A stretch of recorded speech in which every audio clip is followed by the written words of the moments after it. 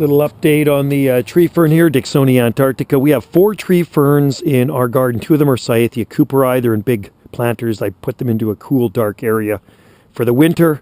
I bring them in the late fall or early winter, and then I put them out in late winter again. So they're in for just a few months, and then they go back out. This one's in the ground. This is a Dicksonia antarctica, Tasmanian tree fern.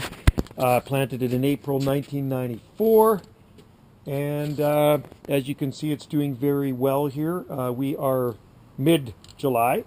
I water it pretty much every day, and you can see how big it is. I'll stand in here for scale. This is a pretty big plant. It has 6 feet of trunk.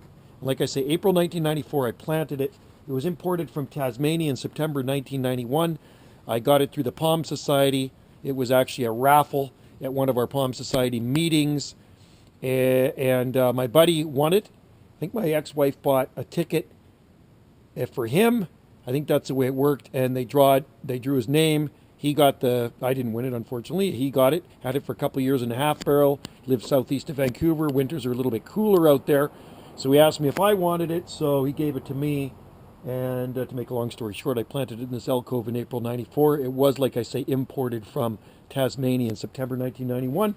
I still have the original Vancouver Sun newspaper clipping when these guys were all imported. A lot of them came in. So it's thriving. The only protection it gets is the inner crown where the croziers emerge. I put some cocoa fiber in there, so where the big fiddleheads come out, that's the most tender part of a tree fern. Cocoa fiber, burlap, and then I set some bubble plastic on that, and I put a flat rock on top of that just to hold it in.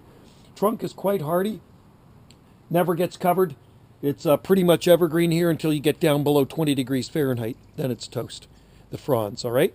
So this year they froze off and new ones regrew. Every spring they will regrow new fronds if they do freeze off, okay? So it is a zone 9 plant, and I do, like I say, protect the center of the crown.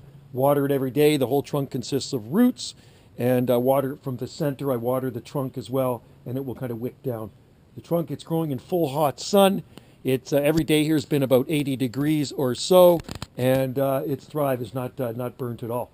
All right, so there it is, and it's growing with some Trachycarpus palms in our garden here on the Gulf Islands in the North Pacific. Dicksonia antarctica. We have a smaller one in the ground too that I kick a few leaves over top of, and it's been in the ground for probably about 5 years. Remember, they're slow growers. I wouldn't waste my time growing them from spore. Try to find a big one if you can and pay the bucks, about $20 a trunk inch if you're going to buy one. 1 inch is about 1 year growth if you go up the trunk. Thanks for watching. Cheers.